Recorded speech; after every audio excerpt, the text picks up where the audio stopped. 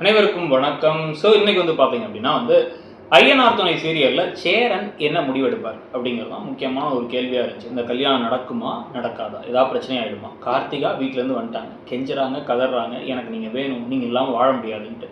கழுத்தை தாலி கட்ட வர நேரத்தில் இப்போ உடனடியாக கார்த்திகாவோட அம்மாவும் அப்பாவும் உள்ளே வந்துட்டாங்க. உள்ளே வந்துட்டு முதல்ல மிரட்டலில் ஆரம்பிக்கிறாங்க. சாம வேத பேத தண்டம் இருக்கும்ல, அந்த மாதிரி முதல்ல மிரட்டுறாங்க. போலீஸை கூப்பிட்டுருவேன், என்ன நினச்சிட்டு இருக்கீங்க, என் பிள்ளைய கடத்தி வந்திருக்கீங்களா அப்படின்னா தெளிவாக பதில் சொல்லிட்டாங்க எல்லாரும்.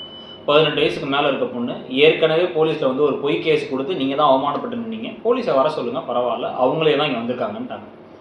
அடுத்து என்ன பண்ணுறாங்க, அடிக்கிறதுக்கே ரெடி ஆகிட்டாங்க. கடன் வேகமாக ஒரு அடிக்கலான்னு கை ஓங்குறாரு கார்த்திகாவோட அப்பா. அவர் ஒரு நெஞ்சில் கை வச்சு ஒரு தள்ளி விட்டுறாங்க.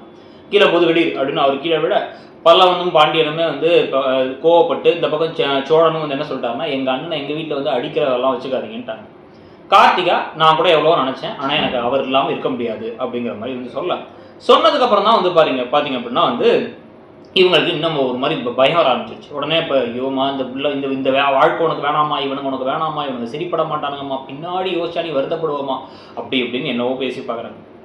அந்த பையன் சூப்பர்வைசர் அப்பாவுக்கு அப்படின்னு அதை வச்சு வேற கொஞ்ச நேரம் பேசுகிறாங்க. ஆனால் கார்த்திகா மசியவே இல்லை. இப்போ எல்லாத்தையும் யோசிச்சு பார்க்க நடேசன் வேற நக்கலாக வேற சிரிக்க ஆரம்பிச்சார்.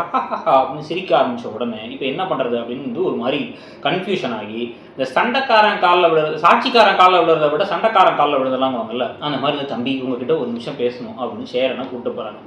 வேணான்னு எல்லாரும் சொல்லி திருப்பி பேசும் பொழுது கூட இப்போ இதில் நிலா தான் என்ன சொல்கிறாங்கன்னா, பரவாயில்ல பேசட்டுங்கிறாங்க.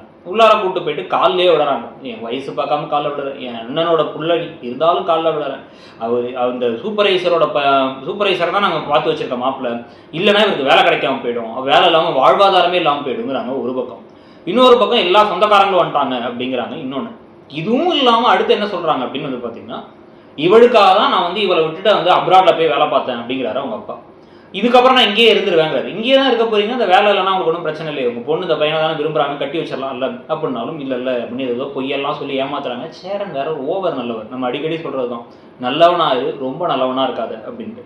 அதுதான் இப்போ இங்கே நடக்குது. ஸோ இப்போ உடனே என்ன ஆயிடுது, இப்போ நடேசன் இதை சொல்கிறாரு, இதை தான் அவங்க பேசுவாங்க, இவன் என்ன முடிவெடுக்க போகிறான்னு பார்க்கலாம் அப்படிங்கிறாரு. கரெக்டாக வெளில வர்றாரு சேரன். வெளில வந்தோடனே யாருன்னு யோசிக்கிறதுக்கு முன்னாடி இப்படி டக்குன்னு எடுத்து தாலியை நீட்டுறாரு. கட்ட போறாரு போல அப்படின்னு பார்த்தா டக்குன்னு கட்டாமல் நிறுத்திடுறாரு. ஏன்னா அதுக்கு முன்னாடி இவங்க வேற அழுதுகிட்டே இருக்கும்போது நிறுத்திடுறாரு. இப்போ என்ன ஆக போகுது, இவர் கட்டுவாரா மாட்டாரா, என்ன சொல்ல போறாருங்கிறது நாளைக்கு தான் பார்க்கணும். ஸோ ஒரு பெரிய திருப்பம் ஒன்று காத்துக்கிட்டு இருக்கு. நீங்க என்ன நினைக்கிறீங்க, சேரன் கார்த்திகா கழுத்துல தாலியை கட்டுவாரா மாட்டாரா, எது சரி எது தப்புன்னு நீங்க நினைக்கிறீங்கிறத சொல்லுங்க. கூடவே உங்களை பொறுத்த வரைக்கும் இந்த சீரியல் எப்படி போகுதுங்கிறத சொல்லிட்டு அப்படியே மறக்காம இடம் பொருள் சேனலையும் சப்ஸ்கிரைப் பண்ணி நாங்கள் வேற என்ன வீடியோஸ் போடலாம் அப்படிங்கிறதையும் சொல்லுங்க. தேங்க்யூ.